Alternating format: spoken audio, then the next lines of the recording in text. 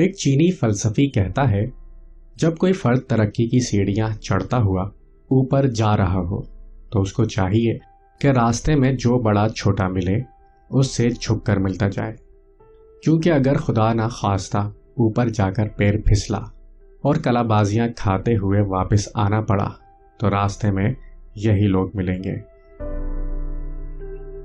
سوچ کو بدلو، سماج آہستہ آہستہ خود ہی بدل جائے گا، کیونکہ تم ہی تو سماج ہو۔ امید مت چھوڑیے، آپ کو یہ نہیں پتا کہ اگلا دن آپ کے لیے کیا لے کر آنے والا ہے۔ خوش رہنے کا سب سے اچھا اصول یہ بھی ہے کہ جہاں لگے کہ آپ کی جگہ نہیں، وہاں خاموشی سے خود کو الگ کر لو۔ زندگی بدلنے کے لیے لڑنا پڑتا ہے اور آسان کرنے کے لیے سمجھنا پڑتا ہے۔ وقت آپ کا ہے، چاہو تو سونا بنا لو اور چاہو تو سونے میں گزار دو۔ اچھی کتابیں اور اچھے لوگ فوراً سمجھ میں نہیں آتے، انہیں سمجھنا پڑتا ہے۔ خاموش رہنا بہت مشکل ہے، لیکن خاموشی بہترین انتقام ہے۔ جھوٹ اس لیے بک جاتا ہے کیونکہ سچ خریدنے کی اوقات کسی کی نہیں ہوتی۔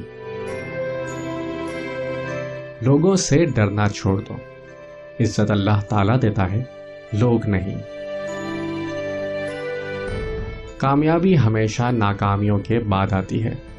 اس دنیا میں فتح صرف اسی کے لیے ہے جو شکست کو مان لینے کا حوصلہ رکھتا ہو۔ کسی ایک انسان کی مدد کرنے سے دنیا نہیں بدل سکتی، بلکہ ایک انسان کی دنیا ضرور بدل سکتی ہے۔ مثال دینے سے بہتر ہے کہ مثال بن کر دکھاؤ، کیونکہ مثال دینا آسان ہے، مثال بننا دشوار ہے۔ اگر انڈے کو باہر سے توڑا جائے تو زندگی دم توڑ دیتی ہے، جبکہ انڈا اندر سے ٹوٹے تو زندگی جنم لیتی ہے۔ مثبت تبدیلی ہمیشہ اندر سے پیدا ہوتی ہے، اپنا اندر بدلیے۔